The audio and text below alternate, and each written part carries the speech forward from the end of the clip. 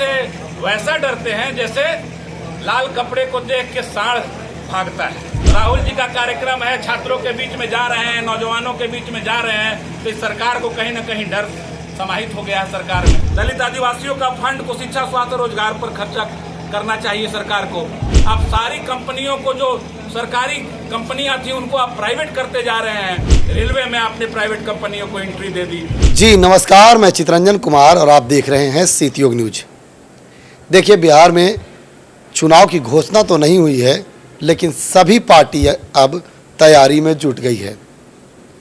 भारत के प्रधानमंत्री नरेंद्र मोदी भी यात्रा कर चुके हैं, तो वहीं राहुल गांधी लगातार बिहार का दौरा कर रहे हैं। उसी कड़ी में छात्रों से संवाद करने को लेकर राहुल गांधी बिहार पहुंचे, जहां उन्हें प्रशासन ने छात्रों से बात करने की अनुमति नहीं दी। इसके बावजूद भी राहुल गांधी छात्रों से संवाद स्थापित किए और उसके बाद राहुल गांधी पर एफआईआर दर्ज कर दिया गया। इसी सिलसिले में हमने औरंगाबाद सदर विधायक, जो कांग्रेस के विधायक हैं आनंद शंकर सिंह, उनसे इस मुद्दे पर बातचीत किया। तो उन्होंने बताया कि भाजपा को राहुल गांधी से उस कदर डर लगने लगा है जैसे लाल कपड़े से सांड को डर लगता है। इस दौरान सदर विधायक आनंद शंकर सिंह और क्या कुछ कह रहे हैं, वह आपको सुनाते हैं। का जो है वो हेराफेरी कर दिया गया, बताइए, उसका भी जवाब दे सरकार।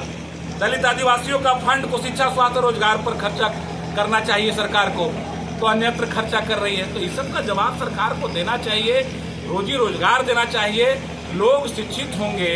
ईबीसी और ओबीसी की हम लोग बात कर रहे हैं, दलितों की बात कर रहे हैं, पिछड़ों की बात कर रहे हैं। तो लोग जब शिक्षित होंगे तो ही उनको रोजगार मिलेगा। रोजगार मिलेगा तो अपने पैरों पे खड़ा होंगे।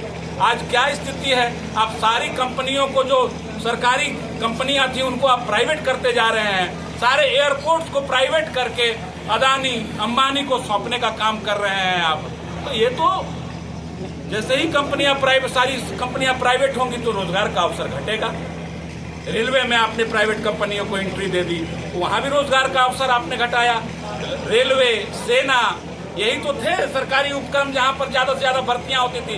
तो यहाँ भी आप अग्निवीर लेकर सेना में चले आए।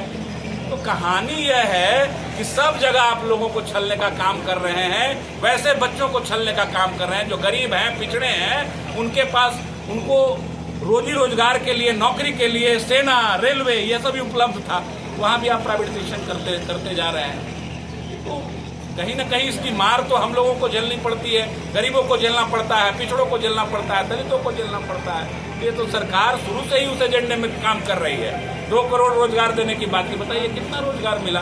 सरकार अपना ही जो घोषणा करती है उसी से मुकर जाती है, उसी को जुमला बताने लगती है। तो ये तो चल ही रहा है। इसके लिए पुनः यूपीए सरकार की स्थापना हो, इंडिया महागठबंधन की सरकार बने, जाति जनगणना अच्छे से हो, साइंटिफिक तरीके से हो, और जो पॉलिसियों का निर्धारण हो वो उस आधार पर हो, जो जितने पिछड़े हुए लोग हैं, जिनकी जितनी आबादी है, उस हिसाब से हक मिले उनका, रोजी रोजगार में उनको मौका मिले। ये हमारा सोच है, राहुल जी की सोच है। उसी कड़ी में ये शिक्षा न्याय संवाद का कार्यक्रम कराया है। आखिर पटना में रोक क्यों दिया गया राहुल गांधी? पटना में, दरभंगा में रोका गया उनको, क्योंकि सरकार तो आप समझ रहे हैं ना, एनडीए की सरकार है, भाजपा की सरकार है। और ये भाजपा के लोग राहुल जी से वैसा डरते हैं जैसे लाल कपड़े को देख के सांड भागता है। कहीं न कहीं आप समझ ही सकते हैं। राहुल जी का कार्यक्रम है, छात्रों के बीच में जा रहे हैं, नौजवानों के बीच में जा रहे हैं, तो इस सरकार को कहीं न कहीं डर समाहित हो गया है सरकार में। इसलिए इस तरीके के कार्यक्रमों को रोक लगाने का काम कर रहे हैं। बट हमारा नेता शेरदिल है और वो कार्यक्रम स्थल पर गए, छात्रों को उन्होंने संबोधित किया।